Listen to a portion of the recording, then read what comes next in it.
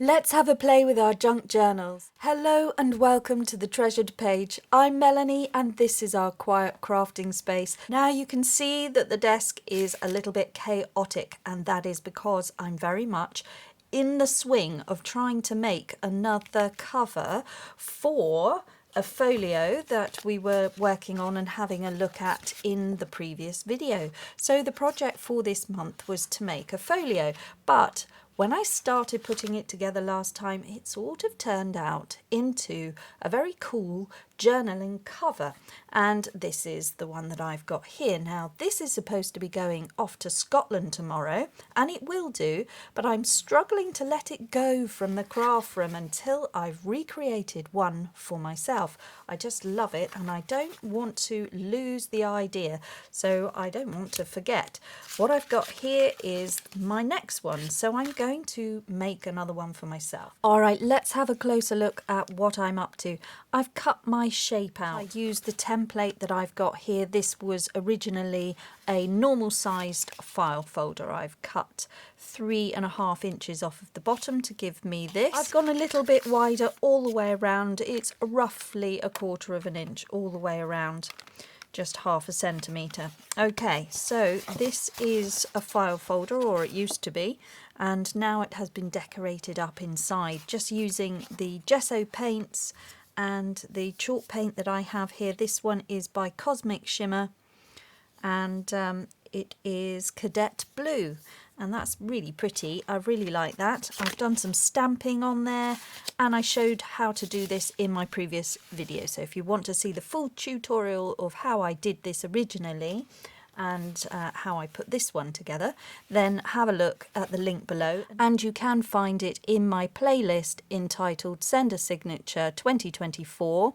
and I'm trying to change it to 2024-2025 when I remember, but that is all the seasonal swaps from last year. So if you like a challenge and you'd like to follow along with the monthly project, you can have a look at previous months' projects over on my playlist. I've got so many videos here for you to have a look at, so do please have a look and enjoy what we've got here. Lots of inspiration for you. So I'm just wrapping this around. I need it to match what I've got here. That's looking pretty good. I've left it a little bit longer. That's great because I'm going to put a border in there. I'm going to put some fabric all the way around. Now on this one I haven't put in an extra score line, but where it is on my file folder there is the option to do that, because there are 4 score lines already given to us by the file folder in its nature of being able to bend around lots of papers. So I'm thinking I'm just going to add that in there now. So I'll bring that over and push that down, and now I've got that little option there for some extra space if I want it. I haven't bothered here because it's just going to curve round anyway. It'll just wrap round. So that's going to wrap round and ultimately look like that, and then we'll have some fabric trim down there in a moment. So I want to get my cover just sorted out, and I've started in there slightly off centre if we're looking at it, because that's the bend, so the majority of that first roof is off centre. We're just going to see that, and from there what I want to do is bring in a central piece that I know isn't going to ping up. So if I had got that there and then I bend it, I'm going to get that. So I've got to make sure that my house wraps round. So we'll put that one in sort of first, I think. Doesn't matter, but it is just, you need to be mindful that that's going to go round the bend. Now once you've got a few rectangles cut out, you can just have a play putting them down. This was fairly straightforward for me now because I've already done one, so I knew roughly the size I wanted, and I could just tear down a few of my scraps that you can see all around me here. I very much like this vintage fabric that I used here, and I had a little bit more, another scrap there, so I'm going to add that. And I've also got this little piece here, so I'm going to piece it together to give a bit more height and put a clock on, which was a brad that I found. And then I'm going to add this extra piece up there just to give it a bit more height, and then that was the roof for that one. So that's how that's going to work. So I'm going to stick them down just using my Yoo-hoo glue. It does say that you can use this with fabric, but I will wait until it's dried before I put anything under the sewing machine. You actually don't need to use the sewing machine at all. If you wanted to just have a go, then you could use your fabric glue and have just as much fun, but still use some fabric or some thicker papers with some texture, maybe that would look good. Decorative papers certainly, and you can use all sorts of scraps that you might have, any art scraps that you've used, if you've got any jelly prints that you want to use up, anything at all. You know, you could just have a look at what you've got. So I'm using up fabric scraps here, so that's very nice. I might have that there. I'll have this one in the foreground, and I'm going to stick this one down. So same again, put the glue in the middle and put that down there. This one's going to come to the front, I believe. This piece of fabric's lovely. It's got some purple in there, so I just thought that this scrap of paper looked quite nice, and I've got the pink border, so I just cut out another triangle shape. They're like plant pots upside down, aren't they? It just looks like a vase or a plant pot, so you just cut some scraps, and it doesn't matter, it doesn't need to be straight, you can have them wonky, that's fine. I think it is the red roof that looks good there, so we'll put that one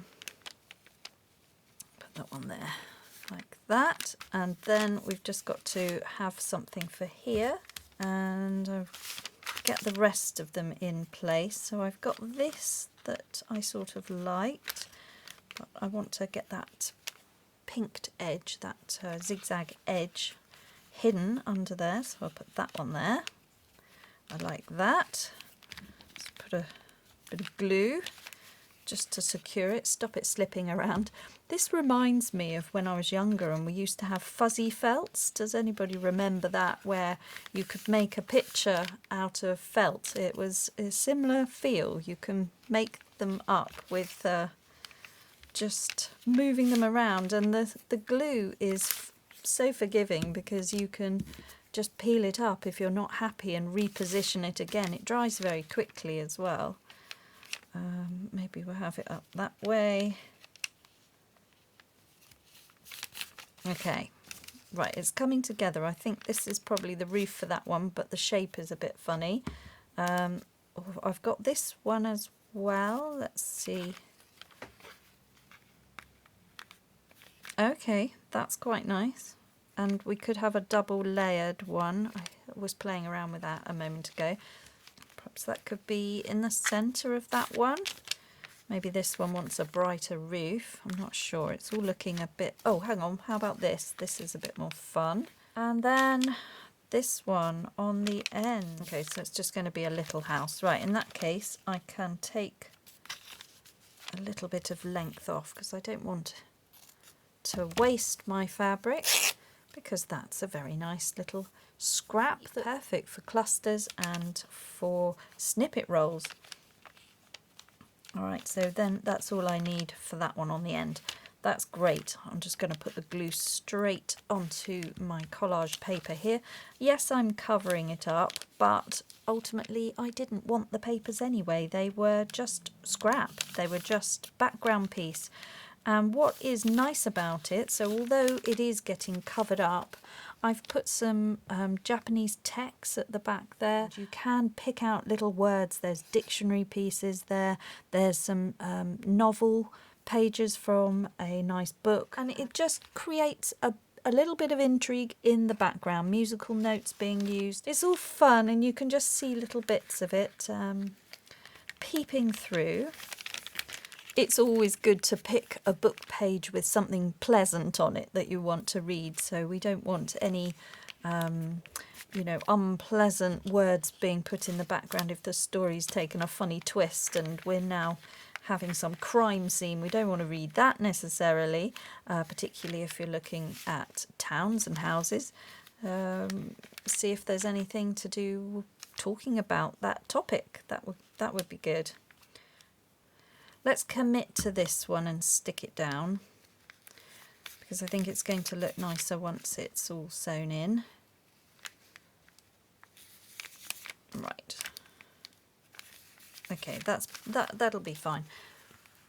Yeah, that'll be fine. And then this one needs to come and be here. We'll just have to have that one there, and then we just need this one here. Well, it's just really fun to have a play around with your scraps. It's just nice to settle in, have a little think about what looks good and what you want to see, which fabrics are going to work, and pick out the colours. So we've got pinks and reds coming through this project, blues and greens, and I think that that's the 4 colours that I want to be seeing here. So everything seems to be working within that, apart from we've got a little bit of a purple coming in, but you know, you don't see that much of it when it's folded over. And then what I did with this one is that I had a really nice piece there from a piece of fabric by Tim Holtz, and I've got only a small section here left, but there is a little piece there that I think I could use, and I very much liked the little stamp there, so potentially I could pull those bits in and maybe even bring a vintage stamp in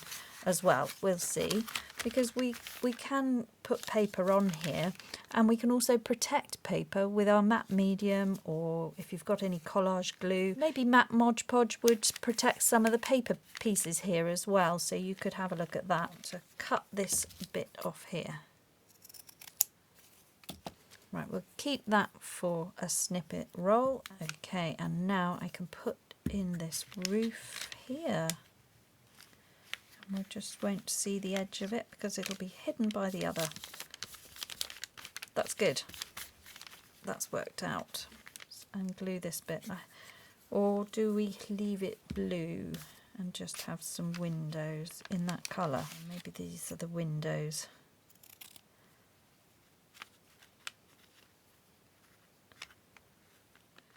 So that's going to be there. I think that just works better. This can be the door for that one. Okay, this is going to be the window.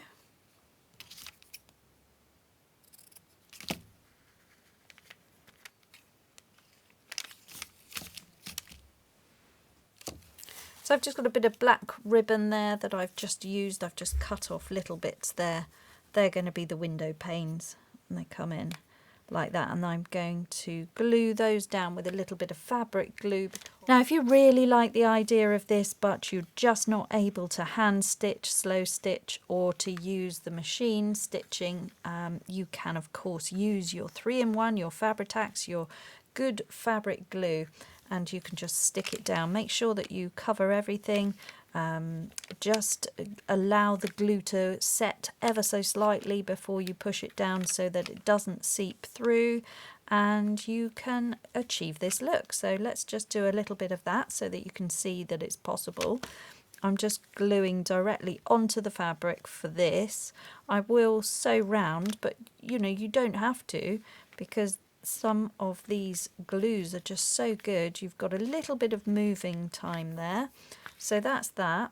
It has seeped through, so you have to be a bit careful. So if you just want to put it down, just wait a little bit before you push it, because you will get the glue seeping through the fabric weave. So if you just leave it a little bit, even though we've put it directly on there, just leave it ever so slightly, like that.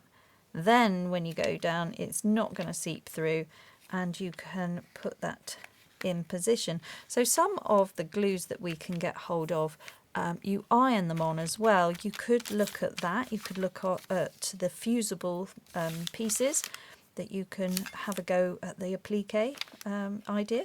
So yeah, there's lots of ways that you can attach these little scraps of fabric. There we go. And then when I sew round, I can do a darker border. Put down these pieces here. These are going to be little windows. We're not having a door on this one because we'll just imagine that that is round the back. And then I've got a bit of vintage lace, so I'm just going to put a little blob of glue along the top, and on each of one of these I'm just going to put the little curtain, so it looks like a little net curtain on there. I think that, you know, you can just play around with it. You can do all sorts of things. Just use your imagination. And then you can just play around, see what else you want to add. Okay, now I'm not sure I prefer that now without that pattern. Do I prefer that without the pattern? Yes, I do. So it's funny, isn't it? Once you get the windows in, everything changes. This looks a bit gardeny, so I think I'm going to have a scrap of that. And that can be there like that. And then I'm putting this over the top of it. Right, I'm all right with that. That's good.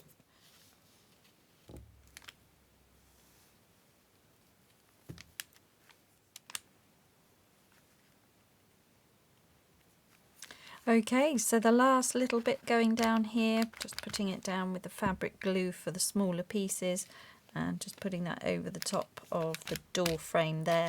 Okay, it's coming together now. I'm going to take it to the sewing machine and sew around everything just using a straight stitch, but I may vary it up with a zigzag stitch as well, just for some detail where I might want it.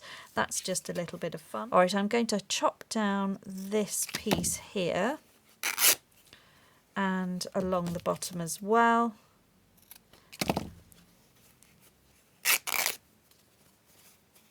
And that's going to come and be there. I've got that bit that I think is going to come and live up there. So I'm just going to add that in this corner here. And that's how that's going to all come together.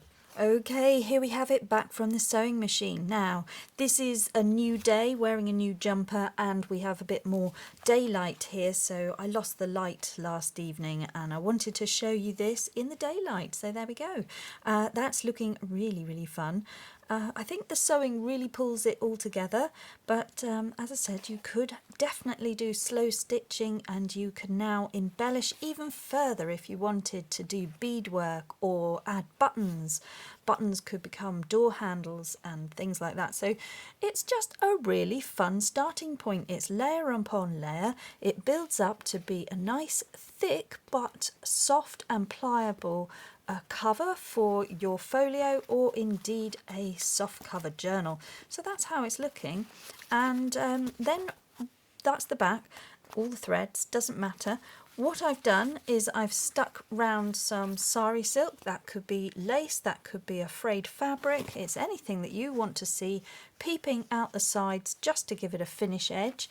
It appears to look like I've stitched it on, but I didn't. I just stitched all around there, and then I just came back and then I've stuck that on with Fabri-Tac. So that's how it's all going to appear from the front. And what I want to do now is I'm just going to manipulate it round a bit just to stop it being quite so stiff and crinkly. I am rolling it. That's what I'm doing. I'm rolling it. Just got to be a bit careful because I've got paper here. That's just cracked actually, but it doesn't matter because this one's mine and I don't mind that. I'm going to put some protective matte medium over the top of the paper anyway, but it's just important to have it less rigid. I think it just it feels nicer. It feels a bit worn, like it's been places, like it's got stories to tell you, and there's a bit of soul. So that's how we do that. Yeah, this one not great. The paper on the bend, perhaps not the best idea. So the first one I made, I didn't have paper. So what we could do to compensate that is to put a bit of fabric or lace or some sort of embellishment over the top, and then we just well, we think it through. I'll think it through. All right, because that's happened and that is going to be a problem, we learn as we go, don't we? Don't put the paper on the front unless you've really pasted that down. I'm just going to cover that up then with a different fabric. So we'll just do that.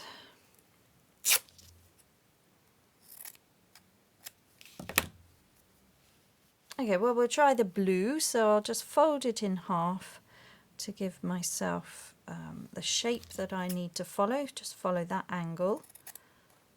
And I think it's a bit tall at the top now, so we'll just put that in there. I think that's quite good. That's fine. Glue that on.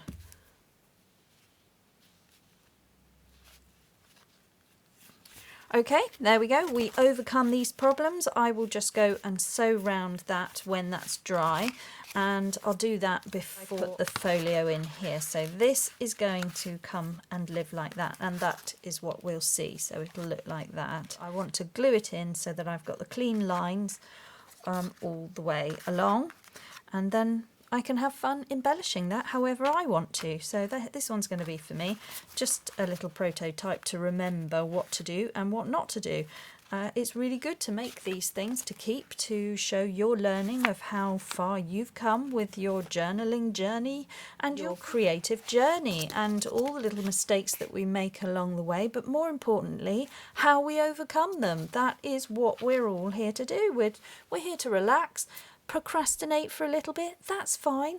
You're not doing anything wrong. You're doing something for you. So this week, make sure you put into your schedule or your diary or your calendar or some alarm, set it for an hour just for you, and give yourself a little bit more time to get yourself here, get yourself in the mood, put on some music, have a hot drink, snuggle in, and a whole hour just for you. Time for you in your quiet space, that's important. Okay, while I'm waiting for this to dry, I would like to put on my little clock for my clock tower.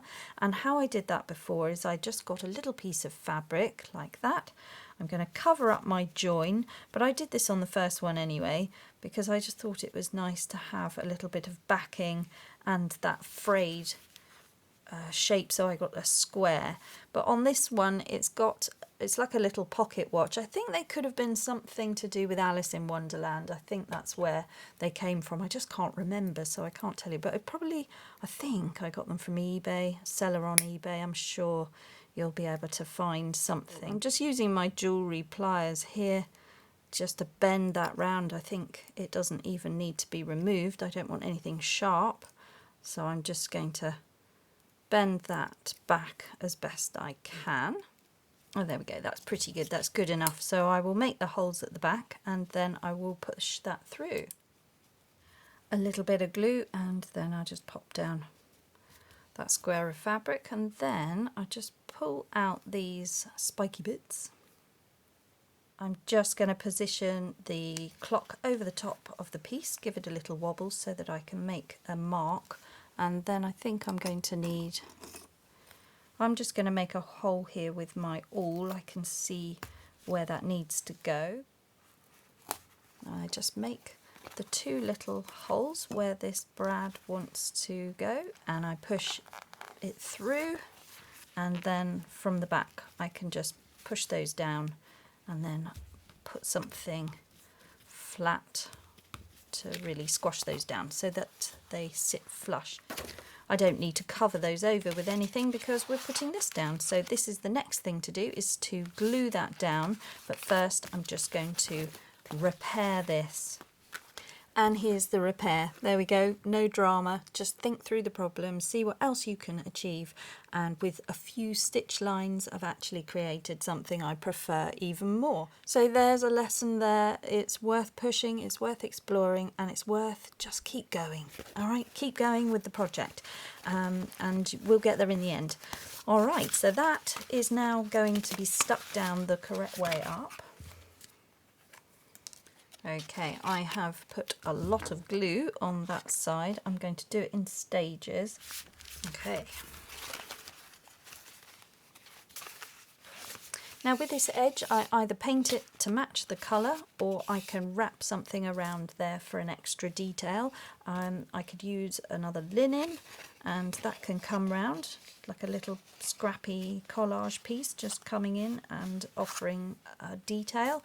There's that idea. We can go with another bit of sari silk. Lace would work. I've got some lace here, maybe a bit of this vintage lace along the edge just for a fun detail. And then I'm just gluing down this little lace detail that I've got here, a little bit of trim. It's quite sweet. And I've just got to see how it looks on this side, so it doesn't matter too much about the other side. That will be stuck down. So when this is all stuck together, we will see this. I'll trim that in a minute. And now I'm going around with the glue just right up to the edge on all sides, just going all the way up to the top and around and down, and then I'll put glue in the middle as well. Just running some glue just under that bit there as well, just so that it links in and really sticks down, and then I bring the piece over. Now on the previous one I removed this section here. I've left it on because I could add more things there, more pockets, writing space. It's quite fun to see that flip out, so that's how that works. You don't have to detach it, but you can, because that becomes a nice tag in your journal if you want it to. Options, give yourself options. So there we are, that's looking like that. I think I'll just make sure I've got a bit more glue.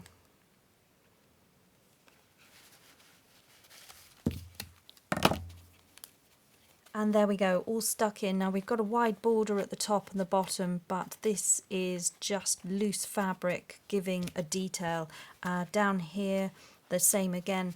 And what it does is it gives you the option, if you wanted to add anything that will hang off the bottom, such as a vintage lace, or you know, you can have a little lace pocket, something like that. You can then have the scalloped edge trailing down, but when you close it, you won't see it. So that's a nice idea, something to play with. Doesn't matter however they come out. If it's a bit wonky, it doesn't matter. It's a junk journal. You're going to be putting things in it that hang down or swing off of it. They're entirely up to you now how you decorate that. So now I'm incredibly pleased that I've been able to come up with something similar to what I did the other day, and I can add my signature in there, which is a little bit longer, this one anyway, so that works quite nicely. In fact, that's perfect. And then it gives me this at the back to flip out and add pockets. So this insert for the folio that I've got here today started life as a manila file folder. This was the section that was removed from the top, so I can now match it up and show you that was the bit that came off the top. What I've got here now is exactly the right sizes to become pockets in each of these areas. So if I want to have a tuck point, or we could have something on the front here, but those are your pockets. You can make them shorter, but that is the cardstock that you can use from one file folder. Okay, but that's the fun of playing around. That's the scrap. You can do something with that. You can embellish that, turn that into a house, and then you could have some writing space all the way down, and this becomes something that you add to the pocket on the inside of your fun folio. So this would be really fun in neutral colours as well. You could do vintage ones using up some really lovely fabrics and linens if you've got such a thing.